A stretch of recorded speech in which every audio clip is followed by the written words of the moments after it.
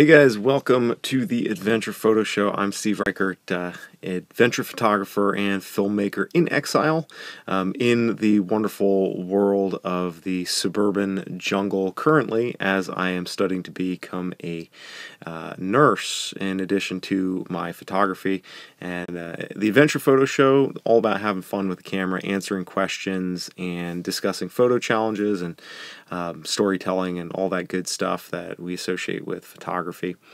And every Friday night we do a little live stream, kick around some ideas, some questions, some topics that you guys bring, some that I bring. And tonight I am actually in a closet again, which, if you are familiar with this live stream, you'll know is not that unusual, because when I am out here in Massachusetts visiting my family, the closet is the last place that I can kind of get away, and when my little girl is sleeping, and I actually just put her down to bed. So having said that, good evening, King Uzi. Good to see you here.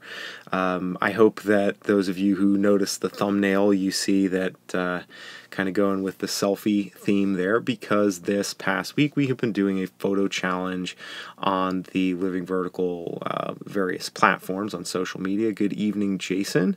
Good to see you here as well. And our theme that we've been kind of exploring with this last photo challenge has been all about the self-portrait.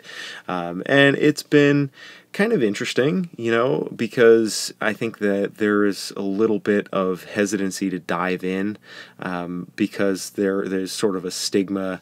Hey, good evening, Justin. And Queen of San Joaquin and Sean Kim, thank you very much for the love with the haircut. Save for the flavor does not happen often that I get my ears lowered, but I decided to go take the plunge, get that done, since I was out here for the weekend, and figure I'd try to clean up a little bit. In any case, yes, the selfie photo challenge, and it wasn't really so. In the video that I made where I discussed the photo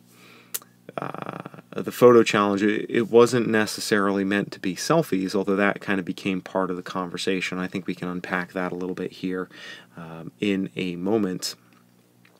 Justin, no, I did not make it out to Tahquitz, unfortunately. The time that I wound up going through there, it was really hot, and so the climbing was suboptimal at that point out in Tahquitz. So we wound up going up to Holcomb, and we climbed up there for a couple of days, and then I split for Banff and Canada. Yes, I was going up to Canada to work with or climb with another friend, and yeah, I was actually at that point earlier in the summer. I've been working on a documentary project that I'm getting ready to launch or publish, actually, hopefully next week, middle of next week, November 1st. And the documentary project that I'm working on, which some of you may know, it's somewhat related to some of the stuff that you've heard in here, and I've been trying to kind of balance some of the photo challenges with the documentary projects that I have going on. So I have a lot. I have a lot in the works right now, which is good. That's not a bad thing to be busy. I can certainly appreciate that for myself. And of course, right now I have everything going on with photo challenges. Plus, I'm doing the nursing school. I'm teaching. And my family is living 3 hours away from me, so I'm visiting them on the weekends. Plus, I have the documentary project that I'm doing. And I'm trying to stay busy, get outside, and all of that stuff, too, which has been proving to be really, really difficult, and I haven't gotten very much climbing in. So, Justin, no need to hate me. I haven't been to Iceland, and I've flown over it a couple of times, but haven't been there to photograph. And in terms of climbing, I spent about a week up in Banff, up in the Canadian Rockies with my friend Martin. And of course, some of you guys have seen some of the videos that I made with Martin here on this channel about photography. And it was really good. We shot a lot of awesome stuff, and I still have like half of that footage to edit, because there's like a mini documentary and like a fairly nice vlog that I did with his dad about photography. His dad is, Martin's dad is like 87, 88 years old. He's a former mountain guide, former head of Parks Canada Search and Rescue, and he's an incredible guy. He was born in Switzerland, and you know, just been getting after it for a long time. And he's been doing photography and making films in the mountains too, which is also really awesome because he's been, you know, carrying around film cameras since like the 50s basically, and, you know, talking about, you know, he's got a lot of funny stories about it, but it's also funny how a lot of the stuff that we complain about today and a lot of the stuff we talk about today are things that were, you know, fairly consistent with what was going on back then too. You know, and so as much as has changed, a lot hasn't changed too. So, yeah, I definitely do have a great deal on my plate. Although, you know, what I found is that the busier I am, typically the more productive I am as well. Oh, wow, Justin, that's awesome that you're almost done with nursing school. I haven't even gotten in, technically. Right now I'm working on my prerequisites. And then I have to take the TEAS exam, the TEAS exam. I'm assuming that's the same where you are out in California as well. I don't think it's just a New York thing. Basically, for those of you who are not in the nursing loop, it is like the equivalent of like the, you know, ACT or SATs back in the day, sort of an entrance exam for nursing schools, or similar, I guess, in some ways to the MCATs for medical school, although I believe it's significantly simpler and easier, but it's still fairly heady stuff. I mean, relatively speaking, you know, if you're not a math and science guy, and I'm not a math and science guy, so I've been, you know, really working hard, but I've also been getting A's in all of my courses, and teaching a couple of classes too, so that's fun as well. So yeah, I definitely am staying busy. So yeah, I'm down to talk about the photo challenge, and this week, and it's been kind of interesting because like the first photo challenge that we did here, it was all manual focus stuff, and everybody was like really into that, and we were seeing a pretty high volume. Sorry, I have something in my eye here. I haven't even gotten a chance to actually wash my. I got it cut, my hair cut just this afternoon. I haven't even gotten a chance to wash it out yet. So that's probably what's going on.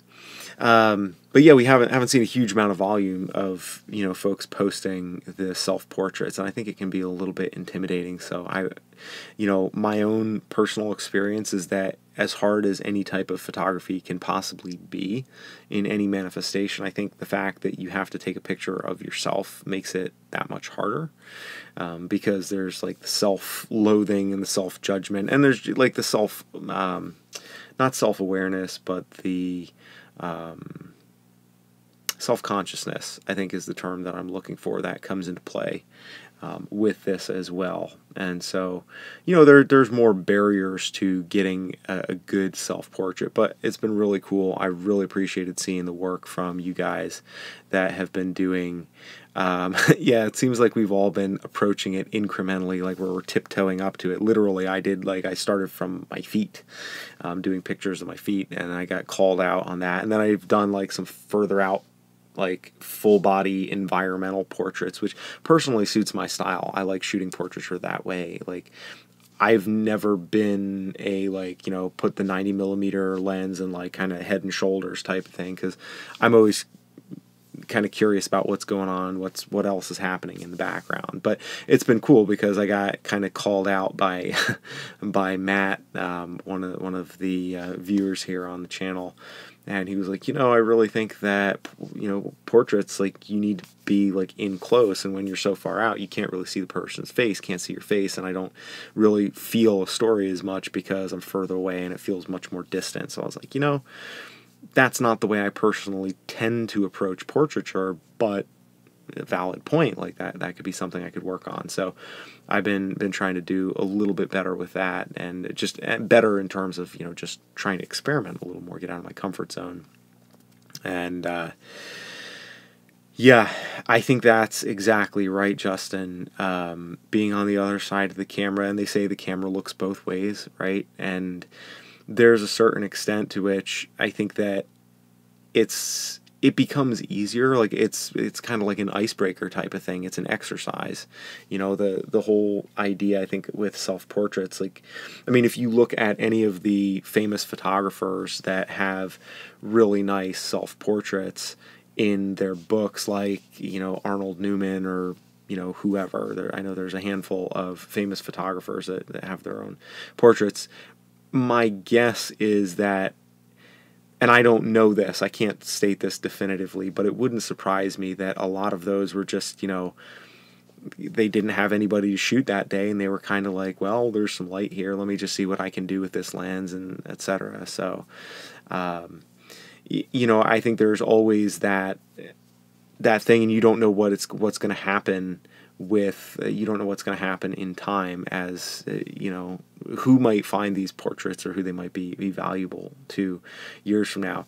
I mean, as just an example, and I know that it's kind of like a crutch to always rely on, you know, my family and my daughter to kind of reinforce the value of photography aside from just the aesthetics, but you know, like, I've spent a lot of time making videos, making podcasts, making blogs, vlogs, and etc. I put a lot of my time and effort into that, and sometimes it feels like it's, you know, uphill both ways in the snow type of thing. It just feels like a lot of effort, and, you know, feels like I'm not getting traction, or, you know, it's discouraging when you're trying to do any kind of creative thing. But I guess there's a different type of creative inertia that you're pushing against when you are sharing it publicly, because you always want things to be appreciated by other people. And every now and then I'll have these moments where I make something that was kind of accidentally part of something I was trying to make for someone else that turns out to be really special and impactful to me personally, and then I forget about the fact that I made it for other people initially, and more often than not, what I was trying to do for somebody else in a good way kind of fades away, so I become less conscious of that, and you know, I'm able to really appreciate it more for my own self. Like, I had just the example I was thinking of, I have a little bit of an intro recording. So I was starting to record a podcast like a year or two ago, and it's really like, you know, in a studio environment, and you want everything quiet and like under control and tight. And it's like, you know, I was watching my daughter, but I put her down for a nap, and so she's in the other room and I'm in here. I got my headphones on. I finally got everything set up perfectly quiet. Nobody like decided to come outside with a lawnmower or a rotary saw and like ruin the noise level. You know, I was like, okay, I'm gonna do this, and of course I'm feeling like all self-conscious and like flustered or whatever. And then she comes in and she's like, "Hey, Daddy, you want to sing You Are My Sunshine?" And I was like, I was so irritated in the moment, because I'm like, you're supposed to be in bed and I'm trying to do something, but I just kind of went with it. And, you know, years later, I don't even remember what I was doing that podcast about, but I still have that clip of her singing You Are My Sunshine on my phone. And, you know, it's something that I listen to over and over, and I hope that I will have it for the rest of my life. Like, it just, like, it means so much to me. So anyways, I guess that's my point in that, is to say that, like, you never know the value that can come to you or somebody else from making these pictures of yourself. Like, we don't know where any of the pictures of ourselves are going to go, and I think that's the hardest thing, is not to judge things right out of the gate and say, oh, it looks too this, or it's too soft, or too dark, or too light, or too whatever. And I mean, obviously we can't keep every single picture that we make, but yeah. And yeah, I just kind of to the conversation that's going on here in the chat about the, you know, how to frame portraits and kind of how we feel about that.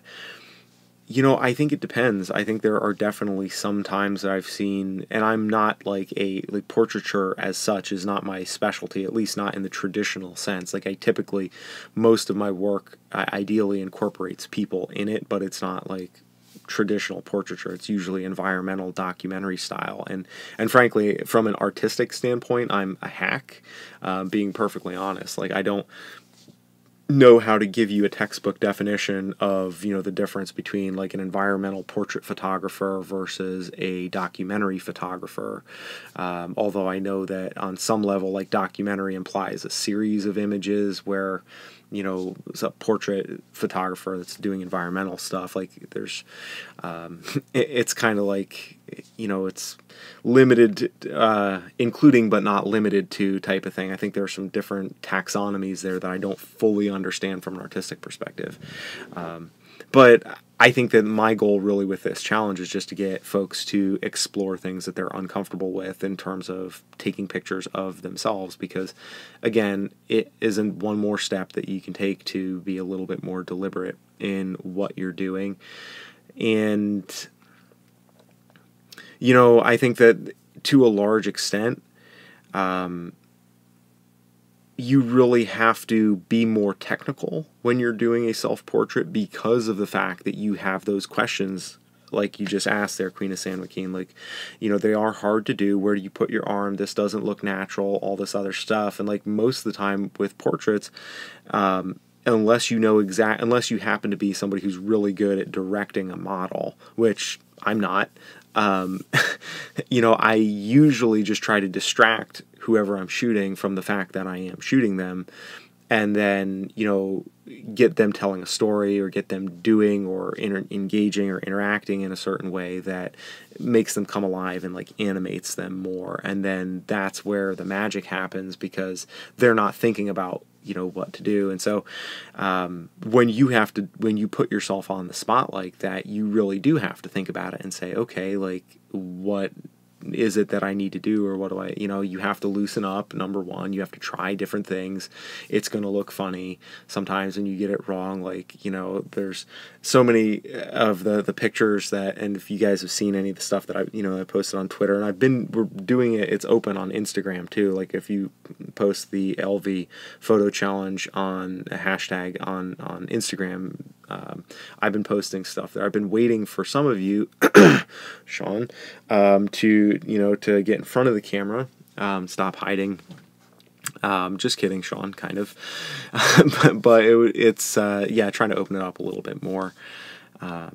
Using a macro lens for portraiture, that is a good question. So I don't currently have any macro lenses as such, and I don't know. Honestly, I don't know if using a macro lens changes anything. My understanding is that a macro lens is usually a longer focal length. The difference is just that you can bring something even closer to it and it'll still focus. So it's just more a matter of like how close the closest focusing distance is, because like there are some lenses that I have that are just telephoto lenses, but they'll get in nice and tight, but you can't come in like even further.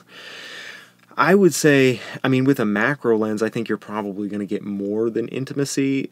Well, actually, no, that's not true. Like, you could probably get some really nice, like, just letterbox type shots, like of the eyes or like an eye, something specifically where you're really going to get in there really, really close.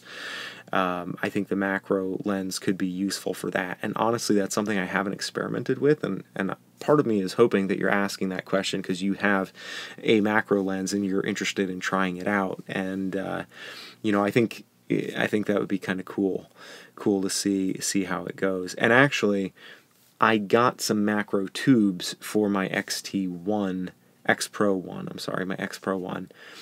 Yeah, cool. I would definitely be interested in seeing that and hearing some feedback about how the macro lens, kind of what that adds or subtracts from your portraiture. King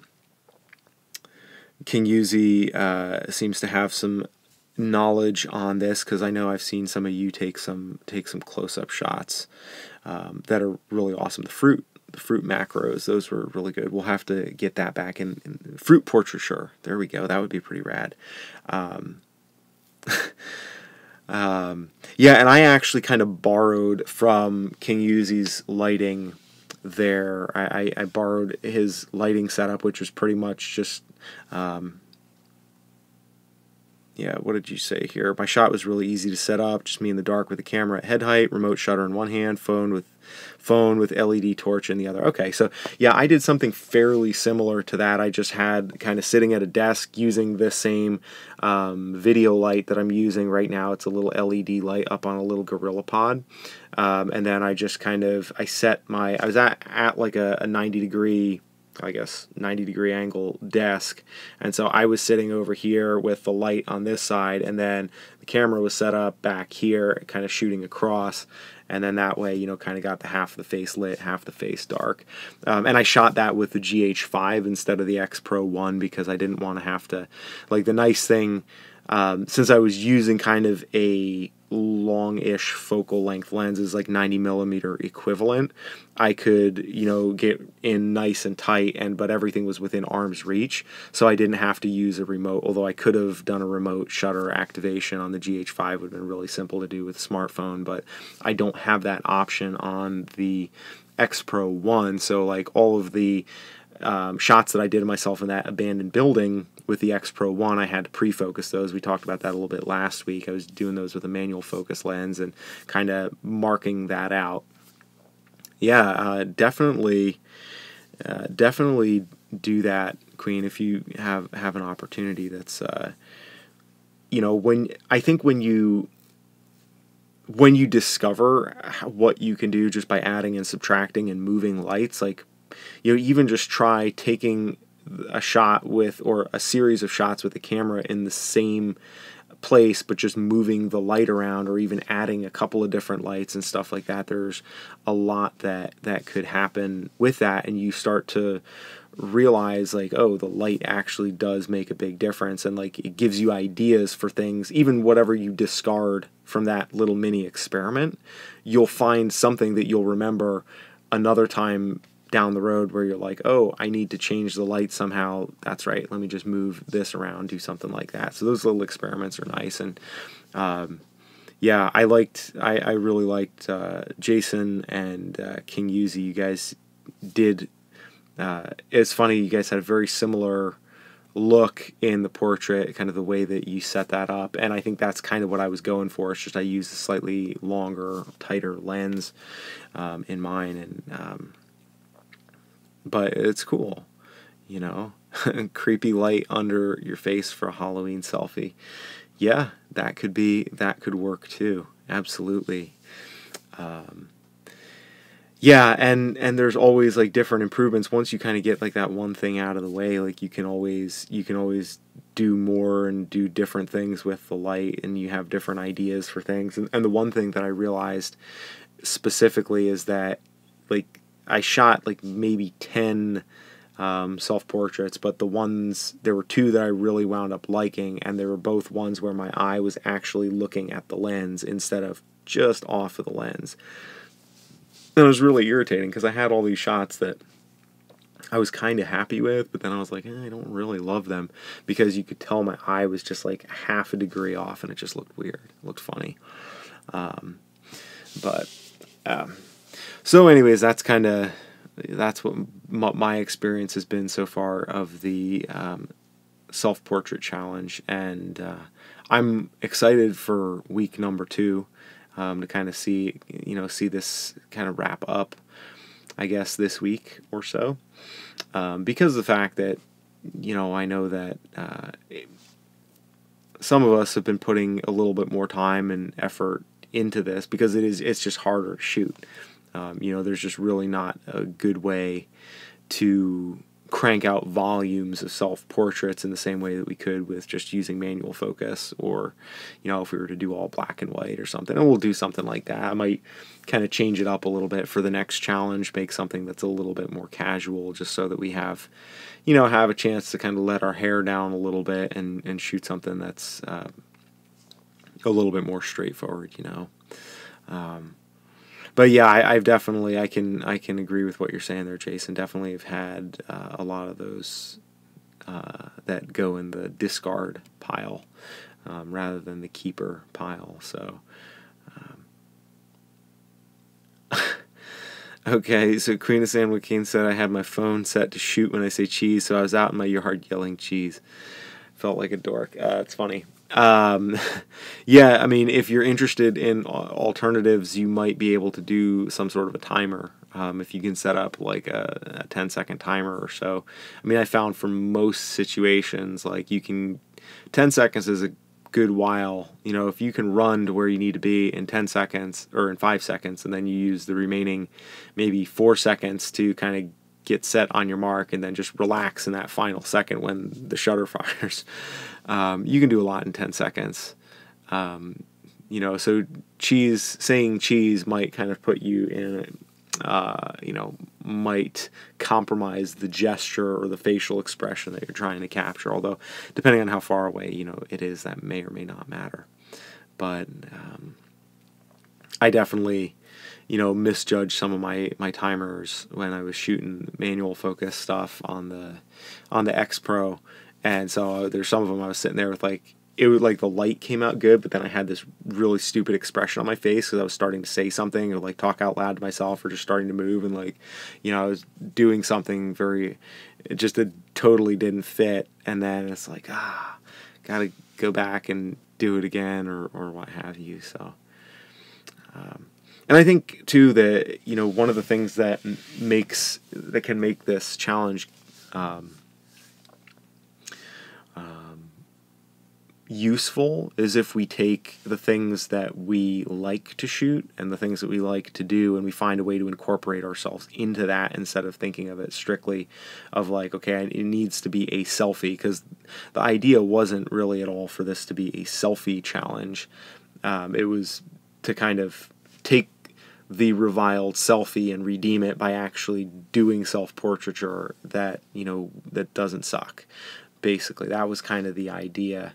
And I think you know, it's been really cool, like seeing some of that stuff. Oh, and Queen, your thing that you did there with using the phone as a reflector, like as a mirror, I'm still not entirely sure I understand how you did that, but if nothing else, for the fact of like how much it confused me, what you were talking about, and how I couldn't figure out how you did what you did, it was really impressive, and I like seeing that sort of creativity come out of these things. But like, you know, like Justin's talking about using using macro lenses. Like if you like shooting macro, find a way to incorporate that into the, you know, the portraiture or whatever, you know. Yeah, Justin, if you wanna participate either on Twitter or on Instagram, the hashtag is LV, like for living vertical. LV photo challenge is the hashtag, and if you scroll back through like the last 2 to 3 weeks of videos, I have like 2 videos posted. One is photo challenge number 1, where I'm testing the autofocus on the GH5, and then the most recent one from like a week ago or so. But the videos are all fairly recent, because this is like, we're about halfway through the second one that we're doing, which is the self-portrait. The self-portrait one. So yeah, cool. That would be awesome to have you participate and have you involved. It's always exciting to me when like somebody else kind of comes out there and like, you know, goes for it. And I know like different people have different schedules, you know, not everybody can always participate in everything at the same you know, at the same rate and at the same time. So like I don't get too wrapped around the axle. Well, I appreciate that, Justin. I can definitely empathize, and it's like I used to make videos religiously, and then, you know, once I started studying for all these exams and classes and stuff like that, that's so yeah, totally no worries, and you know, catch up where you can. And you know, I've had to kind of come to grips with that whole fact of, you know, I got to do the best I can. You know, I can't have, like right now, I can't like really put the hammer down on this channel and do everything, pour all the attention and the love and the creativity into it that I was able to do, or should have been able to do, if I hadn't been wasting most of my time, which is something that I've learned since I've started school and teaching and traveling to see my family and, you know, working on my documentary stuff all at the same time. As I realized, like, oh yeah, I just wasted an incredible amount of time over the last 5 years. I mean, there were some times when, yeah, I really did work my face off, but now I'm like, yeah, I'm working a lot harder than I ever have in my life, and it actually kind of feels good because, hey, Yolanda, good to see you in here. But yeah, you know, it's good to know that you can actually work harder than you think you can, and also, you know, part of that involves being realistic about stuff. And so at one point I had time to really make a lot of videos all the time, really consistently. Now I'm kind of, I'm doing the best I can, and there's part of me that, feels a little guilty, feels a little bad, because I want to be doing better stuff, but I know that it's like I have all these other things that also have to be prioritized. So I'm kind of keeping the channel alive, I guess you could say. Like, I'm trying to do what I would consider the bare minimum to feed the algorithm and to keep stuff out there and to keep conversations happening. Because I would rather say, okay, I'm going to do one video a week and one live stream a week and kind of keep it to that and have that at least consistently, rather than say, like, I'm going to, binge and put out, 3 videos a week for a couple of weeks and then just kind of, not do anything for like a few weeks too and stuff like that. So it's, there's always that comparison, that you want to make with other people on other channels and what other, people are able to do. And you're like, oh man, I should be going to Iceland. I go through that too, like scrolling through Instagram, and I see all of these people, like all the people that I know from like the climbing community that are all like, oh, it's, November, time to start shuffling down to Joshua Tree and start, climbing in Joshua Tree and camping at the pit. And I'm like, I hate you people. Like, you don't know how good you have it. Or like all the happy people in the desert Southwest that are just like dirt bagging and enjoying their life. And I'm up here in the Northeast, like hating life and traffic and, school and all this stuff. But then I'm like, okay, it's gonna be all right. Like, once I can actually, once I get the nursing thing done and out of the way, then I can kind of have a little financial security to maybe take another run at the whole photography thing and kind of reapproach that in a different way. I had one fellow, and I forget what his name is, but he commented on the video where I mentioned that I was kind of bailing on professional photography, and he was saying how he came at it from like the exact opposite way, where he was a nurse and he was going into professional photography from the point of a nurse, where I was kind of going into nursing, saying goodbye to professional photography. And it really made me think that he probably did it the right way, relatively speaking, just because he had a good standpoint to make that effort or take that risk from, whereas I didn't really have a good vantage point to do that. I just went all in, and it worked when it worked, but then when it didn't work, it really didn't work. So I'm trying to keep my head down, stay focused on doing the work, which frankly is, it's the same thing in any kind of creative process, I think. Like, when you have a video that you shot and you know that it's good, there's like greatness in there, or some element that you feel is really great and you're excited about, but you don't want to start editing it because you know that if you edit it, you're going to probably find out that there's some things that you have in your head that are missing, and that you're not going to be able to put it together the way that you envisioned or that you idealized, and then you're going to feel like you're going to have to like have that vision torn asunder from your reality, and it's just going to be so irritating and jarring, and you don't want to face that. So you're just like, I'm going to leave it on the hard drive, and I'm going to go like check my email, and I'm going to refresh my YouTube page, see if I have any people commenting, and like, oh, maybe I'll do this or do that, or post something on Instagram, and like there's all these excuses. And, trying to just push back against that general principle of delaying discomfort instead of just, like, running towards the sound of gunfire, like going towards the discomfort and saying, this is the stuff that, I'm not going to necessarily enjoy this, but that means that I probably need to do that first. And that's kind of what I've been doing even recently with the documentary project, which will hopefully launch on Wednesday. And, it's still early days. It's the documentary project about people who are struggling to afford insulin, and it's a combination of video and photo. And one of the things I've been kind of wrestling with, because right now the budget that initially I had set to kind of as the threshold before I was going to start moving into the video portion, like there was a time when it was over the threshold, and then it's kind of dipped below the threshold, and I've been thinking about it, and it's like, maybe this would be stronger if I just really focus on photography and really focus on making really strong photos and getting a greater volume of stronger photos, rather than saying, I'm going to try to do both photo and video, because the editing process for both is very different and more involved. And frankly, like, I think that my expertise, you know, I have more confidence in my expertise in terms of making highly finished photographs than I do in terms of my video, although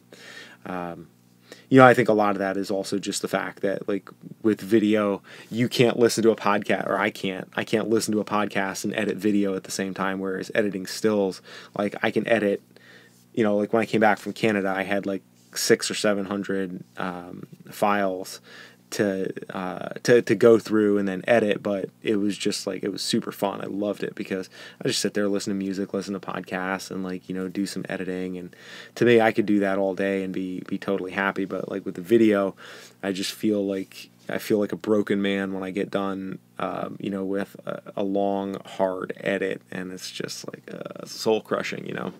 So, yeah, I guess those are things that I should probably think about before I commit to doing longer-term documentary projects. But whatever, living and learning, and you know, making changes to those things as we go along. That's what we got to do here. All right, well, I'm interested to hear if anybody here has questions, comments, things that you guys want to chat about. It is 35 minutes in, and typically what happens on these live streams, you know, another thing that I have thought about a lot is, like, actually having more of a formal structure and formal purpose, if you will, to these live streams. You know, I've thought about putting more structure into that, and I think that's something that in the future I do plan to do and I want to do. But right now, you know, I just drove half the day to be out here with my family so I could pick up my daughter, and now it's like, you know, you got to make it work. Anyways, a lot of excuses. That's what I'm doing. I'll own it. I'm making excuses.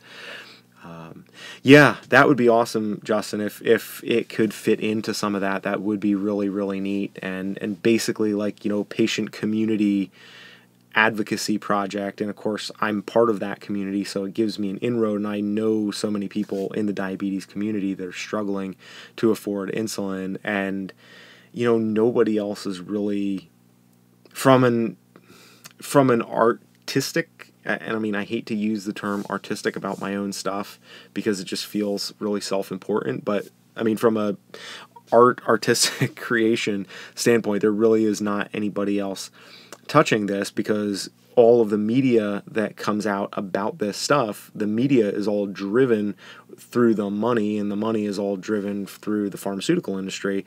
So there really is nobody telling, you know, stories without that, you know, pharmaceutical paycheck hanging over their head. And again, I mean, from a visual media standpoint, you know, there definitely are, you know, nonprofit organizations, individuals who are advocates, who are getting out there, you know, doing great work, making noise, organizing protests, and doing a lot of really meaningful stuff. But I look at kind of the little niche that I feel like I can serve with my camera, and there's really doesn't seem to be a lot of focused effort on there, because as I'm learning, as I have learned and then always forget and then start over and then have to relearn, that it takes a lot of time and it takes a lot of money to do something like this. And I'm always thinking to myself, no, I could do this on a shoestring. Like, I just need like $100 a month. Like, that'll be fine. And it's just like, nope. Wow, that is incredibly interesting, Justin. I would love to hear about that. Like, specifically, the thing that interests me about that type of work is, if you're not, assuming that you're not part of that community yourself, like, how do you approach that story and talk to people and have, like, good interactions with them that, you know, that work for everybody involved, but that still allow you to make good pictures? I think that would be really interesting. King Uzi said, I actually find editing photos almost as rewarding as taking the photos. Thank you. I agree with that 100%. I know that there are a lot of people, and like, that's the thing, like, I don't mean to sound elitist when I always say, like, I just, you know, people complain about the waxy JPEGs on the Fujis at the high ISO. I'm like, I could not possibly care less, because I never shoot JPEGs. Like, I always shoot RAW, and it's not even a matter of wanting best quality, although, because like when you put it on a smartphone, you know, an edited JPEG versus an out of camera JPEG, you know, the quality in and of itself isn't necessarily better. I mean, it may be better, but the improvements are almost imperceptible, I think, to the eye on most of the devices where I view most of my media, let's say. But I just really enjoy the opportunity to, yeah, that's true. Yeah, when you print, yeah, yeah, all the flaws do come out when you print. And I have a print that I want to show you guys. I can't show you guys tonight because I don't have it with me. I got a print done from an older camera, the Nikon D5100, that lightning shot that, I mean, it's a beautiful shot, but there's like one hot pixel like right in the middle of it, and it's like bright glowing purple right in the middle of like the dark sky with the flash of lightning. I mean, you have to look at it closely to see it, but it's something that I got to get like a Sharpie and just color that in just so that just fix that, you know. But in a way, it's also kind of nice because, I mean, not nice, but the fact that I know that I think anybody else would forgive that picture, that flaw, because of the fact that it's an insane shot. It's like a really, like, of all the shots that I have that I almost came the closest to dying when I got, and that I am the most proud of, it's probably that shot.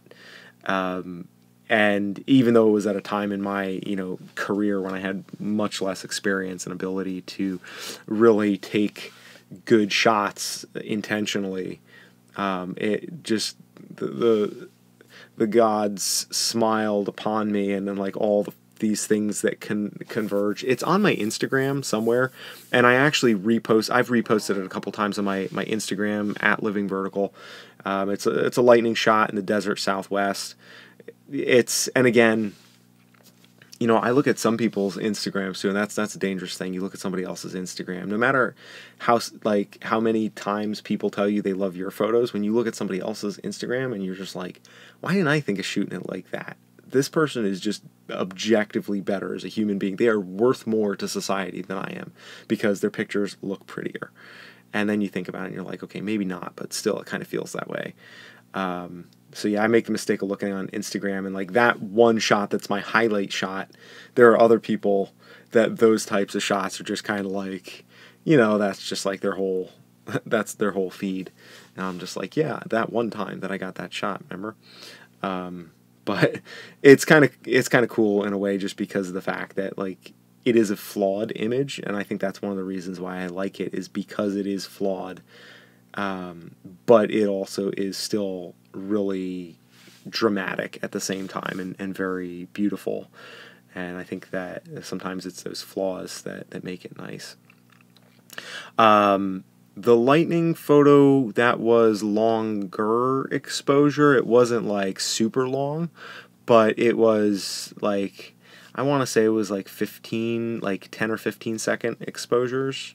I think I did a handful of them because it was starting to get darker, and as it got darker, I bumped out the exposure a little bit more, and then I kind of got it, like, and the lightning was coming closer as I was kind of fiddling with the exposure, and I was kind of getting it dialed in, and then like the last two strikes, the very last strike is one that's a black and white shot, is how I edited that one, because that one was actually kind of out of focus, and I did post that on my Instagram a long time ago, but I haven't posted that one recently, the black and white shot, because it hit so close to the camera that it just blew out portions of the photograph. And so I just processed it in black and white, of course, to cover to cover the ugliness. And it looked halfway decent, but you can get a sense of how close it actually was to the camera. And it was like those last two shots, it was like closer, closer, closer. And I'm like, okay, I think I got it. Don't blink. Here we go.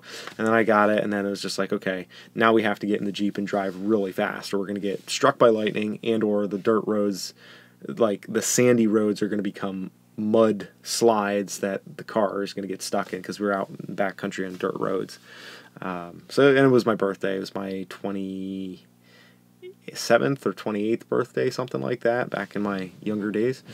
And it was a pretty cool way to spend a birthday evening, like watching the sunset and a lightning storm roll in, and then almost get struck by that lightning storm, but get a really awesome photo out of it at the same time. And you know, I feel like so much of like any kind of landscape photography, and I think this probably goes for other photography too, is that you know, you kind of have to, it's like fishing. You know, it's like, you know, when the weather is right and everything kind of lines up, and you don't know exactly what's going to happen, but you know that there are certain times that you're going to go and get skunked, and there are sometimes you're going to go and you're going to, you know, really land the big one. Okay, let's see. King Uzi says, my camera has a dead pixel that I edit out of every photo. Well, I mean, as long as you know it's there, that's a good thing.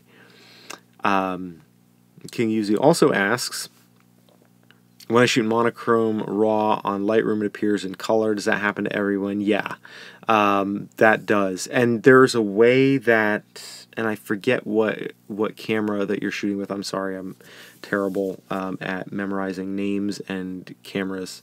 But I know that, yeah, there's a way that you can import, I believe, the JPEG settings into Lightroom and have Lightroom like keep those JPEG settings on the raw file when you bring it into Lightroom. You can do that, but I think the default is that it's just like flat without any sort of modifications made to it. And if you want it to import the JPEG settings, then you have to do some special stuff to make that happen. Yeah. And you can go down in the, like, all the way down at the bottom. You may know this already, but like the camera profiles, that gives you the JPEG settings in there. Hey, Ed is here and Tiff is here. Good evening, you all. Yeah, Ed, Eddie, the thunder and lightning in the mountains is definitely no joke whatsoever. It's moderately horrifying, and it's weird because like I never realized like how scary lightning and thunder are until, thank you. Thank you. Yeah, just got my ears lowered. Yeah, like you don't realize how horrifying weather can be until you're stuck somewhere where you can't run away from it, and then it's like trapped you and pinned you down, and then you realize like, oh, this is pretty bad, and it could get worse. I've had a couple of incidents like that. Had one on Devil's Tower that was really bad, almost really bad, because like the weather blew in from the other side of the tower, so we couldn't see it until it came up over the tower. Then it was like literally right on top of us, and it was just like, then it was Martin and I. It was actually Martin and I and Stephanie, and the three of us, we had to make, and we were almost at the top of the tower too, so we had to rappel like, I don't know, like 750, 800 feet, something like that. Laundry problem. No, I'm in the closet. I'm in Massachusetts. I'm in Massachusetts today, which is the reason why I'm in the closet, and probably the reason why I have it's been relatively quiet in here in the live stream tonight, which is cool too, you know. It weeds out those that are a little bit more thin-skinned, right? Yeah, Justin, it was great seeing you here. Yeah, go study that cardiac stuff, and I'm probably going to get going here in a couple of minutes as well, pending any questions or comments, input from those of you that just joined. Yeah, I'm glad that everybody was able to make it in here tonight, even though some of you guys just kind of made it in here for the tail end. I almost bumped out the start a little bit to kind of start a little bit later, but I was just like super tired this morning. Well, I'm super tired from this morning because I got up really early to drive out to Massachusetts so I could pick up my daughter from preschool and surprise her because she gets out at like noon. So I got on the road pretty early, and it's always super nice. Like, you know, I walk in and she's not expecting me because she hasn't seen me for 2 weeks, and then I walk in and I just wait until she like turns around and notices me, and then she like freaks out and is like super happy. So we had a fun afternoon. Granted, I know that's not the deep photographic insights that you all are expecting from me here, but that's what I'm working with. Hey, yeah, I've been noticing that you weren't that you weren't feeling too well, Tiff, last weekend, and I think it seemed like when it started, and I didn't hear a whole bunch. But have you been home predominantly, or have you been you fighting it, or are you back at work, or what's the situation? I know that like sometimes you get a little bit sick, and then it just takes forever to doesn't want to let go, and it's hard to shake it. That could be really awful. Fortunately, so far I've been staying pretty healthy, even despite all of the contact that I have with the school and stuff like that, and with my daughter, she's been pretty healthy too. But yeah, I'm glad. I'm always glad to to be able to take the time here to check in with you guys in the live stream, and I think I might start doing one of these. Just curious, like if you guys would be interested in this and doing like a live stream middle of the week, maybe something in the half hour to 1 hour range, just do something to have something additional, since I haven't been able to edit 2 videos a week, and usually what it's been is kind of like 1 video a week, but okay, yeah, thyroid problem. All right, is that that's a new thing, it sounds like. I definitely would be interested to hear how that comes along, and I'll keep you in mind here as I know that's not easy dealing with that stuff, especially when you're just finding out about it and like learning to adapt. That's a hard. That can be a hard thing to adapt to, and I don't know if you have any other autoimmune issues, but I know a lot of times like thyroid stuff goes with other, it's like an add-on, like a bolt-on autoimmune condition. And so I know a handful of people that have type 1 and that also have thyroid, some thyroid issues. But the good news, and I've noticed that you've been like experimenting with some fasting. I've heard that has done some really good things. Has some interesting results anyways. Let's say the fasting and like the low carb, high fat, the ketogenic diet combined with the fasting, that supposedly it has some benefits for individuals that have thyroid issues. But time will tell. It takes a little time to figure that out and how it works. It doesn't work the same way. That's good. That's really good. And I'm assuming when you say under doctor supervision, that means that your doctor is on board with it and not like I can't look, I can't watch, that type of thing. Hopefully, they're on board, because that can make a big difference if you have a doctor. That's awesome. Yeah, I have a good endo. He's a little bit more scared of what I'm doing, but he's ultimately pretty good. He's pretty, he looks at my numbers and is like, yeah, I can't argue with that. So whatever you're doing, it's crazy and I can't recommend it. But at the same time, you might be onto something.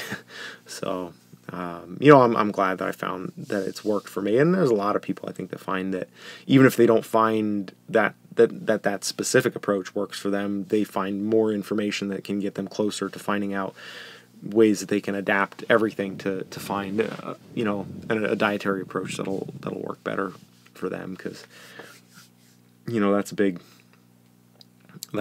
hurdle, and it's also a big asset that we have, like to leverage our health and our energy is a diet. And I think a lot of people just take for granted that it's like that food is just like whatever is there, that's food, or like whatever's convenient, that kind of like just food is calories. But if you want, like you say, it is great to start changing those habits, and like once you actually start making forward motion on that and you start feeling better, and it's like things start clicking a little bit, it's like, oh yeah, this is good. Yeah, the Scottish diet, I can't argue that one with you, Eddie. Iron brew and haggis, although to be fair, I love both iron brew and haggis. I could eat those and like buttered toast and crackers and all the little crumpets and pastries and stuff like that. That stuff is it's pretty delicious. It's been a while. It was like 2013 was the last time I was over in Scotland, and honestly, like the haggis was the thing. Like I was really surprised because it's like people always talk, kind of like joke about haggis. It's like the stereotypical Scottish food. Loved it. Loved it. It was delicious. So good. I wish I could get it over here.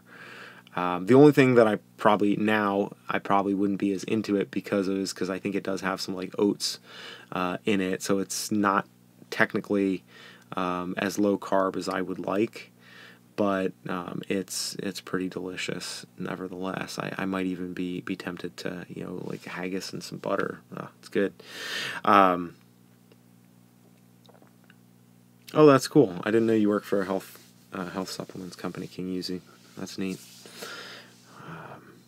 And when you say learning about this stuff, what are you learning about particularly? I mean, not trying to put you on the spot. I'm just curious if there are specific like areas of study that you're kind of focusing on, that you're interested in about that. I mean, I know like I don't do a lot with supplements other than like fish and krill oil, and also the like magnesium, potassium, and sodium. I don't take any supplements, but magnesium and potassium specifically, I do a lot with those, just because when you cut the carbs and you increase the fat, you really have to increase the electrolytes as well, otherwise you'd be hurting for certain. So, and I've done that enough times where I've kind of been like lazy about taking supplements, and then like I'll get punished and I'll just feel so just really, really poorly. And then it's like, okay, yep, gotta take the vitamins, gotta take the electrolytes and stuff, So, all right, guys. Well, we're at minute 56 here. I have enjoyed hanging out. I know this is a little bit short compared to my usual 4-hour rambling sessions. Chicken brains and eggs. See, that's going to derail. That's going to derail a closing wrap up for the live stream, is when we start talking about chicken brains and eggs. Although I still have a bit of dinner that I need to eat downstairs. So, anyways, guys, I think I'm going to. It's like every time I get green eggs and ham. Green eggs and ham. That one. That is powerless to derail my train of thought, because I actually have not ham, I have roast beef, but like at the deli that I go to, and I'm guessing that Colin probably is not on right now, but Colin, if you happen to be on, thank you for the roast beef, because my friend Colin he works at the deli near where I am here, and he always hooks me up with like really awesome cuts of roast beef that like are too small to slice any further. Oh, sweet. Colin, you're the man. Colin, I owe my roast beef to this man. He he hooks me up with roast beef, and it seems like a small thing, but like I love my roast beef, and meat ends are like the best thing ever.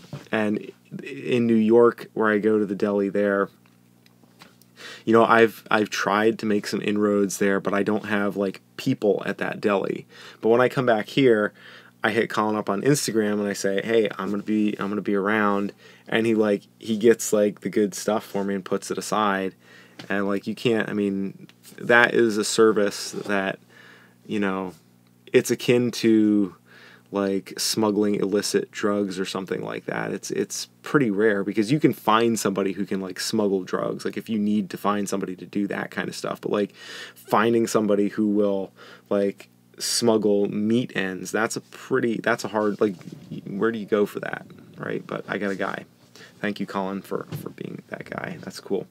That's funny. I didn't know if you were here, because it's like it went from being like 4 people in here to like a whole bunch of people. Well, not a whole bunch of people, but for me, like 10 people is a crowd in here on these live streams. Although that's probably just as well, because some of those live streams, like, when you get a whole bunch of people, it's just like the chat scrolls through like super, super fast.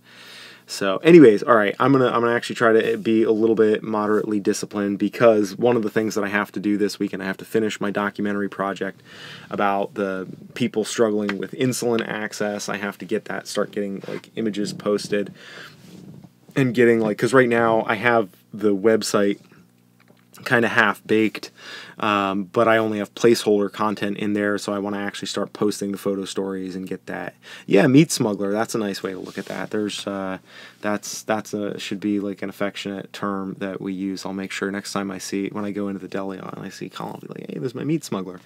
But no, to be fair, I don't want to like, I don't want to get Colin in trouble for that. Well, it does sound like an innuendo, absolutely, and that would be my thought in kind of, you know, being that guy that's like, yeah, I'm a meat smuggler, but then like somebody might, you know, actually get, no, I don't know about sausage gobbler. That's a little more than an innuendo. That's epithet maybe, which is a little bit stronger medicine than I'm looking for there. But anyways, yeah, I was saying, got the placeholder content up on my website for the portfolio. Of course, I'm not going to tell you where it is because it's not linked anywhere, so nobody knows what it is. You can't find it unless you're on my Patreon. If you're a Patreon supporter, then you already had a chance to see it. But yeah. Yeah, probably not going to go with the sausage gobbler, JR. Just not really. It's a little bit more it's like a little more overstated humor. That's not my thing so much. But yeah, I actually got to get some real content populated on that page. And I have a couple videos that I still need to do. I have many videos that I still need to do, so I want to make sure that I get a chance to get to that and do that. So what I'm going to do, I'm going to offer a last round of questions. If anybody has any questions, I will be happy to answer them here in rapid file style. I had to think about that for a second. It's been a long day. I'm tired. Why am I in a closet? JR. I'll tell you why I'm in a closet. And I know you've been on these live streams, and I'm not trying to pick on you, but like I to say this every live stream, I have to explain why I'm in a closet. Okay, there are multiple reasons, and I said I was going to do this rapid fire, but since you asked me this question, I'm going to punish you by actually answering this question in detail. So typically I do my live streams in New York, in my studio, if you will, which is really my bedroom with a glorified backdrop, but it's a little bit more aesthetic than my wife's clothes. My wife lives in Massachusetts. Thus, when I come out to visit her and my daughter on usually every weekend to every other weekend, there really is no space in this place, rhyme not intended, for me to be able to do any kind of a live stream. So I go in the only place where I can have some light without having TV on directly adjacent to me, or without waking up my daughter, who is like that way and around the corner in the room. So this is the closet off of my daughter's, well, my daughter kind of shares bedroom. So yeah, and then the other part of it too is the fact that it is really great. It dampens the sound. Like if you want to record quality, like I used to do professional voiceover work in this closet right here. And I mean, I had a few other things built in to like dampen the sound, but honestly, like a closet, if you need to record audio, it's hard to beat that.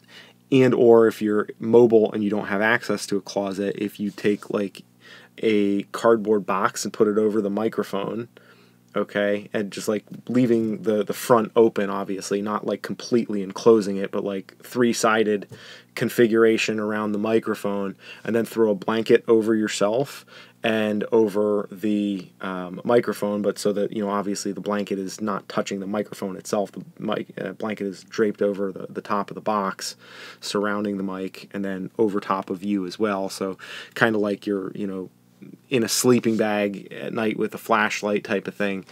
That type of scenario in the microphone, it really kills any kind of reverberation and gives you super, super high quality. I mean, relative for the money. You're not gonna, you'll have to like get like a multiple tens, hundreds of thousands of dollar recording studio to get better quality audio than just doing that simple, if a bit, you know, humorous and maybe embarrassing task of like, you know, cardboard boxes and blankets draped everywhere.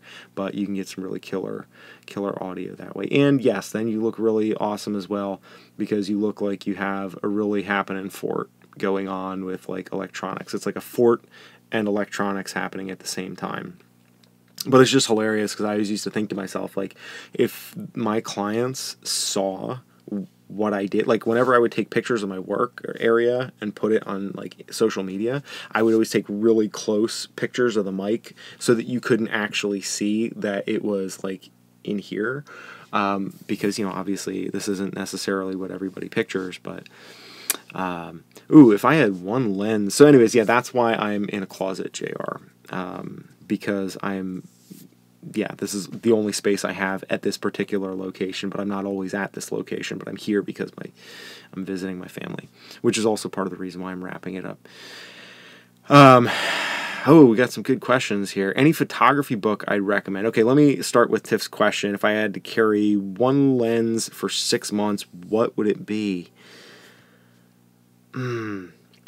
Follow-up question. Where am I carrying it? Is there any presupposition of where I would be carrying it, or if it was just a lens that I could take anywhere under any circumstances? I feel like I just answered my own question. That's probably what you're asking, right? I'm going to go in that direction until you correct me and tell me otherwise. If I had, yes, Sean for the win. Yeah, if it was the only one lens that I could have, it would probably be the Fuji 16mm 1.4. It would probably be that.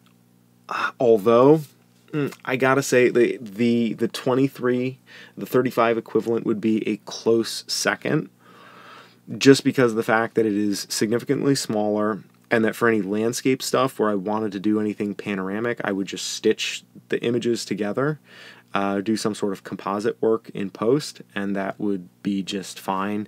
And it's smaller and lighter, and, you know, no problem there. The only thing where that would be more challenging is if, like, you're doing longer exposure photos where you're going to have moving elements like, you know, stars and like night sky shots, which is one of the things I like to do with the 16 millimeter. So yeah, I probably would say of the lenses that I have used, I would say the 16 millimeter f1.4, because I always feel okay with getting close, and for the most part, I don't, like, you have to get quite close to really get distortion or noticeable distortion that's like, you know, where you would look at it and be like, oh, like, what's going on there? Sometimes, like, if you compare, you know, different focal lengths, you can notice the distortion, but if you're not comparing at A to B and you just look at the picture, it's a nice looking picture. So yeah, I think probably the 24 is or 24 equivalent, the 16 millimeter f1.4, and it's also weatherproof, which is a nice added bonus. And like, you can always go closer with it. And there's something about the perspective that it definitely does force your eye. It does look more, not artificial, but it looks more forced, more strained in a way, a lot of times when you have that 24 millimeter field of view.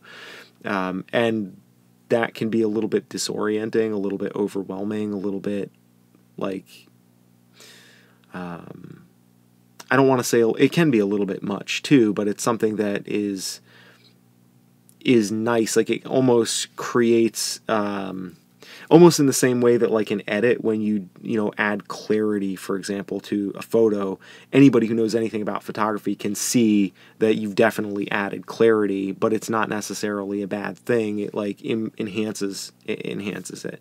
Queen of San Joaquin, good luck catching the goose. Godspeed, and hopefully the goose will be okay and return to its appropriate domicile.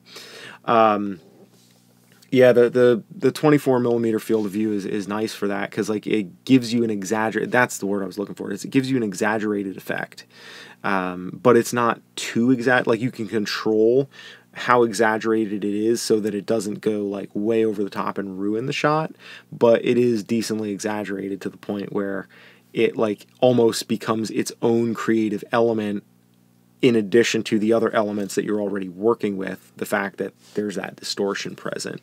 So I think, and that's something that's always been very appealing to my eye, honestly, is those wider field of view. And I think that's also partly because of climbing has kind of gotten me used to that, where I need to get a picture of a person, but I need to be able to be close to them, get them in the frame with a whole bunch of context and supporting scenery as well, without the ability to just like back up and move because you're tied into the wall next to the person, you know. Yeah, I'm right there with you. 24 for my favorite, and then 35 is definitely the next. Like if I'm shooting, like if we were going to exclude climbing photography, I would have a hard time in that case not picking the 35 millimeter focal length, because I really like it for everything else just about. So yeah, that's probably where I would go, and that, you know, it's a good idea. I should do a video on that. Of course, you guys now, you just already got the benefit of hearing that. I think it's funny that Sean knew what my answer is going to be there. 28 millimeter, really? That is interesting. See, the thing is, good evening, Peter. Good to see you chiming in here. Yeah, the 28 millimeter, like, it's, for me, it feels like it's not wide enough and it's not tight enough. It's just kind of like the messy middle. So I've not been a big 28 millimeter fan, except for the Minolta 28 millimeter, which is effectively like a 35 or a 38 on the Fuji sensor when it's adapted, you know. Yeah, the 35 millimeter f2, 50 millimeter equivalent, I believe, is what you're referring to there. That's a spectacular lens as well, especially if you're going to be doing anything shooting people.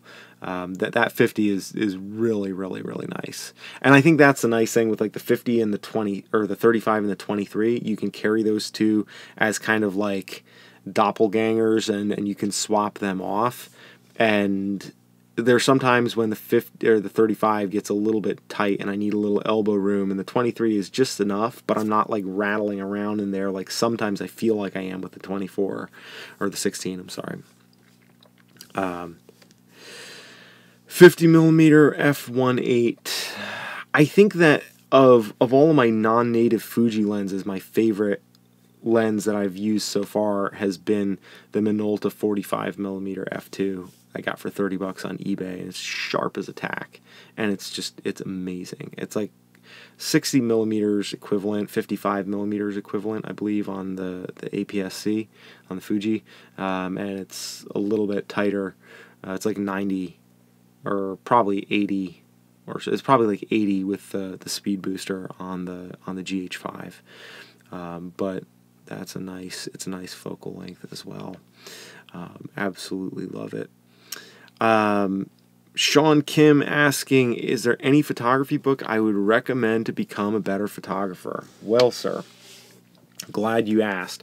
I would highly recommend, and unfortunately I don't have any sort of affiliate arrangement, so this will not benefit me in the slightest if you get these books, but the Craft and Vision website, craftandvision.com, they have a whole bunch of really, really fantastic ebooks. And then there is a book that David Duchemin, who is the main creative behind Craft and Vision, he has a couple of books. One is called Vision Mongers. Another is Within the Frame. And then the most recent one is For the Love of the Photograph. And I believe that's For the Love of the Photograph. It's like a black and white book. His writing is really good. It's very creative based. It's not like technical based. Those are really good. Another book that I would highly recommend, at least that I love, is there are two climbing photography or adventure photography books. One is called Portraits of Adventure, by Hugh Lewis Jones, and is spelled Huw-Lewis Jones. Kind of a strange spelling of Hugh, but I think it's like he's Welsh or somewhere in the UK. No offense to you guys in the UK, y'all spell things a little bit differently than what I would. It's kind of like the Jeff versus Geoff type of thing. It's different spelling, same name, I guess. Portraits of Adventure, and if you want a book of, like, to me, what really got me interested in portrait photography is that book.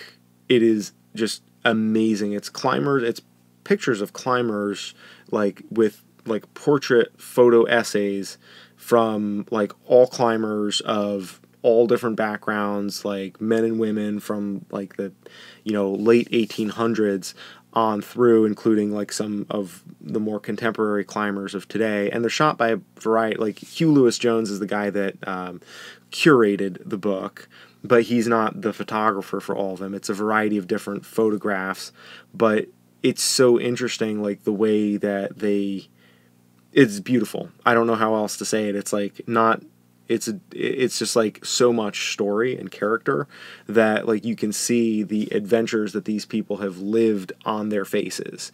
It's really, it's amazing. And that's the thing that really got me interested in portrait photography specifically, and made me feel like, you know, I'm not necessarily going to wither up and die if I can't be climbing all the time for the next, you know, year or 2 or 3 while I'm going through school, because there are still other ways that you can really connect to that visceral thing that I love in climbing and in the experience of being out in the mountains with a partner. But like that, there are ways that you can photograph people that really give you and can bring out that same, you know, even when they're not on the mountain. It's like you can take the adventurer out of the adventure, but you can't take, you know what I mean? Like you can take the climber out of the mountains, but you can't take the mountain out of the climber. Hopefully that, not literally, literally that would be bad if you had a mountain literally stuck within a climber, but you know what I mean, hopefully. Another book I would highly recommend, Remote Exposure by Alexander Buisse, I think is how his name is pronounced. He's a French guy, Buisse. In my mind, I think he is like, in terms of mountain photography, just hands down, his stuff is stunning. Like he makes portraits of mountains. I don't know how else to say it. Anything by Michael Kenna, very different type of photography, very minimalist. Definitely check that out. You know, if you go on eBay and you get like old photography magazines and stuff like that, like there's just tons of stuff. Like eBay is a treasure trove. You can get so much stuff. It's insane.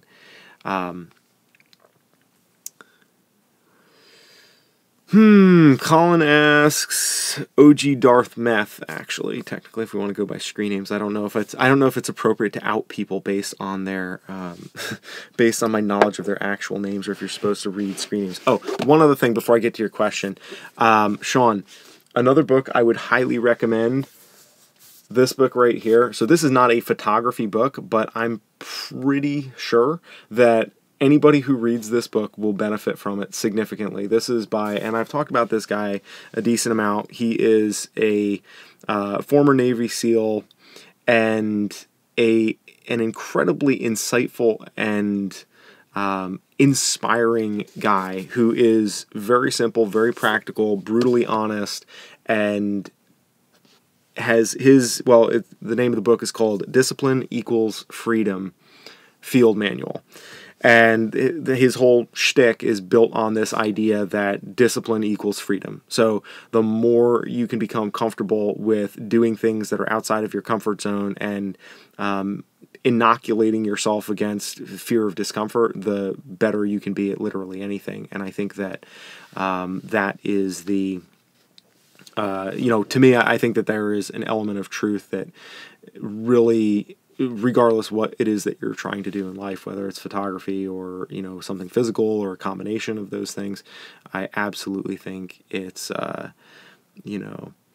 it's nice.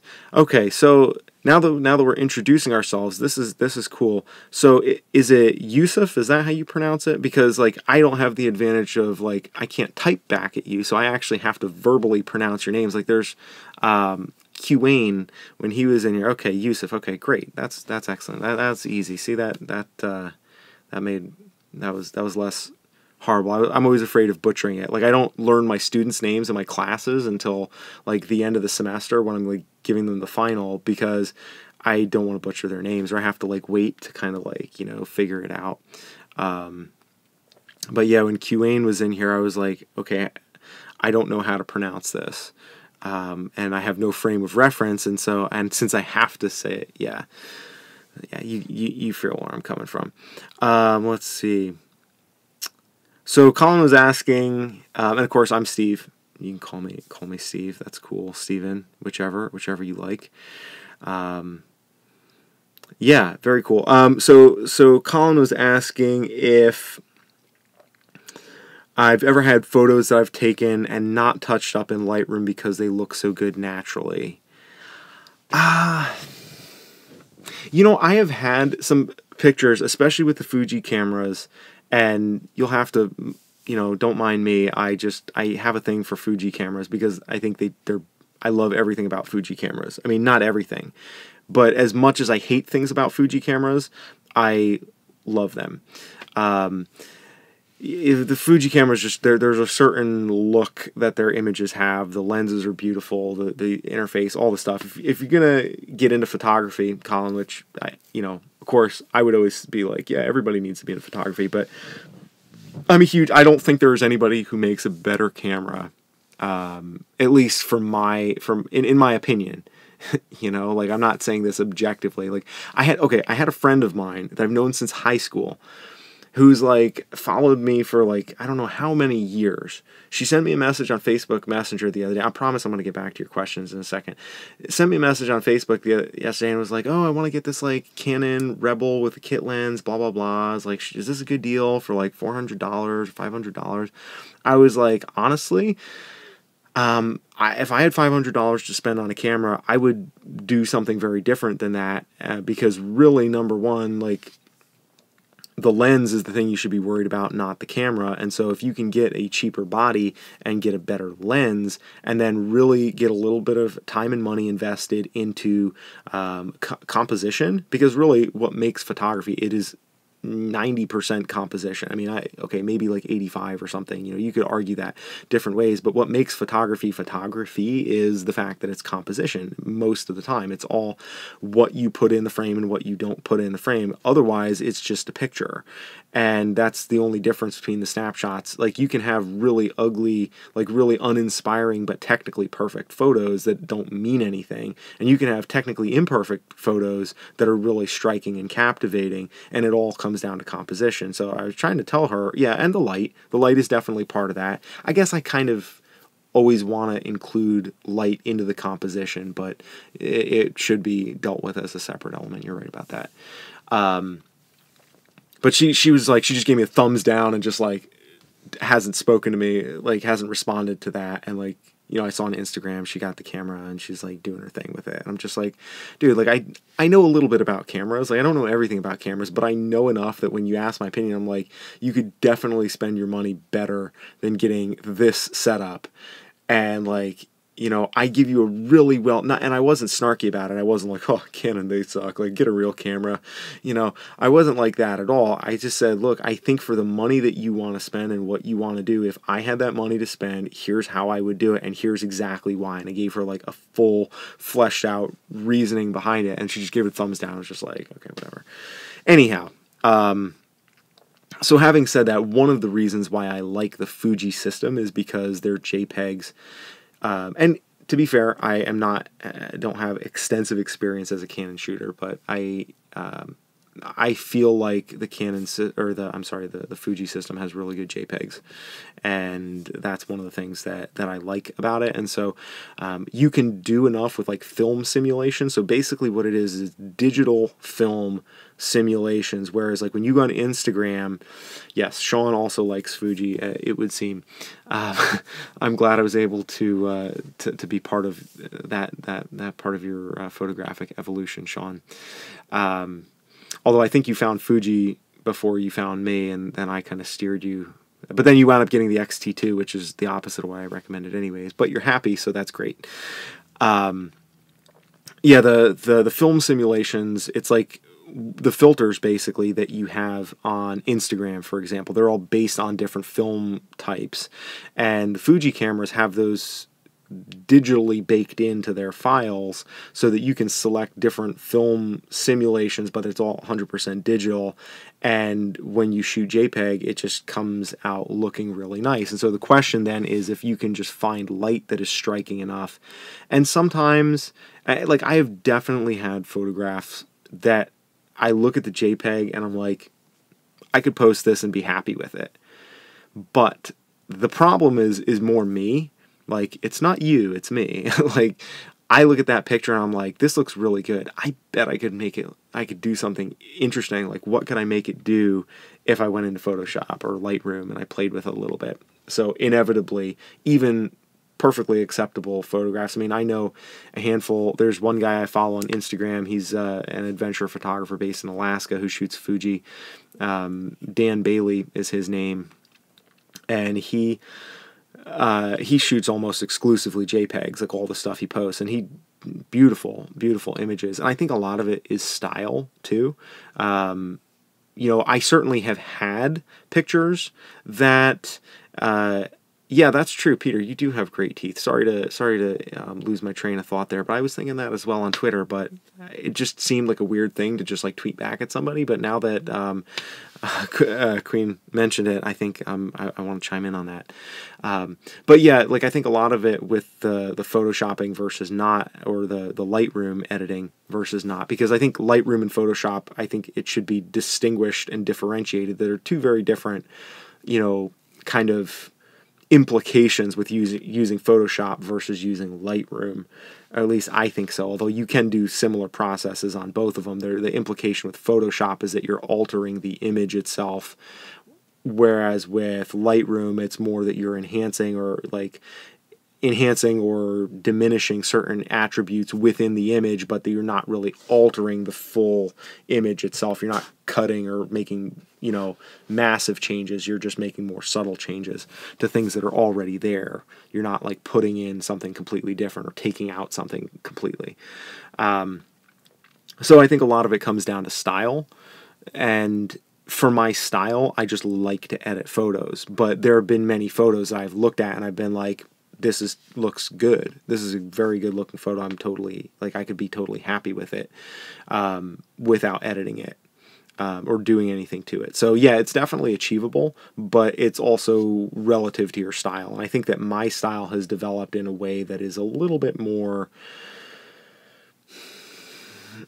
you know, it's a little edited. You know, my style, like when you look at my photos, it's like the further back, like if you scroll way back in my Instagram feed, my stuff is just like, you see like awful HDR stuff that it's stylized. That's a very good way to put it. Yeah, I'm still trying to find a balance, because there are some times when I like to have a little bit, it's like I have just enough, but like not too much. And there are some people that just go for it and go way over the top, but that's their style. So it's like you get to pick your style, and you get to change your style if you're tired of your style. But you got to kind of do one thing long enough for it to become your style, and then it's just like, oh, that's just your style, and then that's your answer to anything. Like somebody left a comment on one of my videos. They're like, the footage looks really dark and flat. Did you do that on purpose? I'm like, yes. I mean, like, obviously not. Like, I'm shooting it with like a point and shoot camera. The footage looks like garbage, you know, but like, yes, it's my style. So they were just like, oh, okay. And they just left me alone. So you can kind of get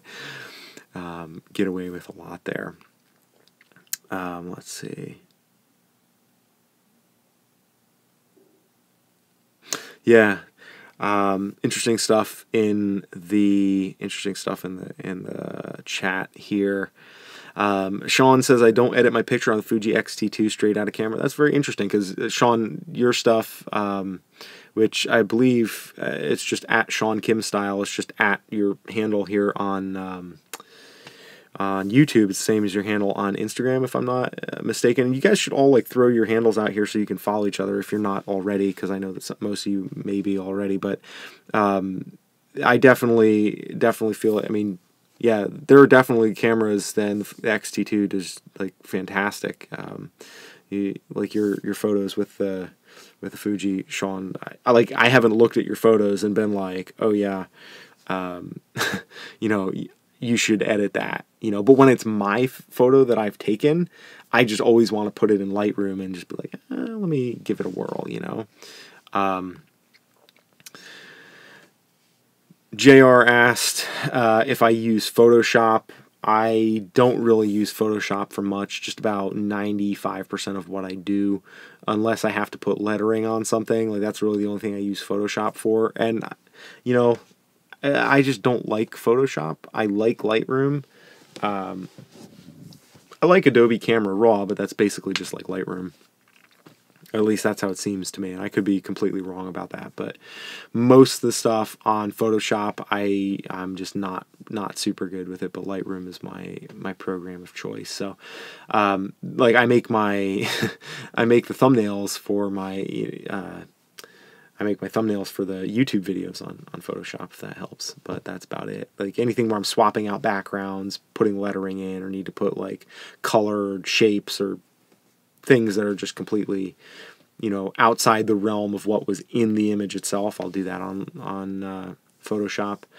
I used to use Photoshop for the Nik collection, N-I-K, and anybody that doesn't have that, it's a free download. I forget who bought that company, and then somebody bought the company that bought that company, but it's still available for free right now, and it works as a plugin for Lightroom or for Photoshop, and maybe even as a standalone, but I could be wrong about that. I don't know. I don't remember trying to use it as a standalone.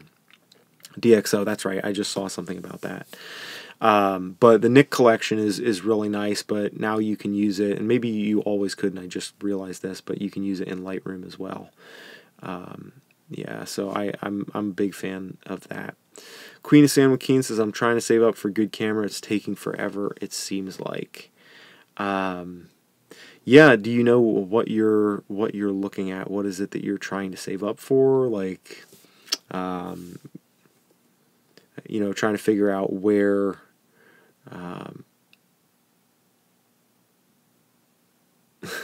that's true. That is true. Yeah. And then the funny thing is, I'll even get, like, some people give me a hard time, like, the next day. They'll be like, you made, like, a 3.5-hour live stream, like, what do you want me to do? And I'm like, oh, you don't have to watch the whole thing. Like, I'm usually, when I'm on because either the conversation is good or I'm incredibly bored, or both. You know, and or some combination of those. Bored, like, in my externalities, not like bored in the live stream, right? And so it's like, yeah, you're not obligated to watch the whole thing, those of you who can't tune in. Yeah, G7, good camera. And if you're looking, I'm assuming for video, right? And because if you're doing the, you know, if you're looking for a stills camera, I would say probably like an XT1 or an X Pro 1 could be a really good bet for you if you're just doing stills. But if you want video, yeah, the G7 is going to be a good bet for you. All right, yeah, the time has gotten away from me a little bit here. We're hour and a half deep, and I have really enjoyed this, as I always do all of our live streams. Guys, if you have more questions, like, by all means, you know, get in touch with me on social media, drop the comments below, all that stuff. If you're not subscribed to the channel already, please make sure you subscribe, because that way we stay connected, and you know, enable the notifications thing if that's not super annoying. If it is annoying, don't worry about it, but just check back, because I do post videos at least once a week, plus live streams every Friday night. Thank you very much, Tiff. I appreciate that. I will keep you all posted. Photo challenge, hashtag LV photo challenge, and you know, get on there, post some self-portraits, take some risks. Okay, well, you get after it there, Darth Meth. You take a crack at that take-home midterm. Those are always good, though, and keep working on it. Keep working on the photography. I love seeing you guys here, and thanks for the roast beef, Colin. That's a special gift. Much appreciated. Everybody have a good night. Have a good weekend, and yeah, drop any comments. Get in touch as needed. All right. Take care, guys. Good night.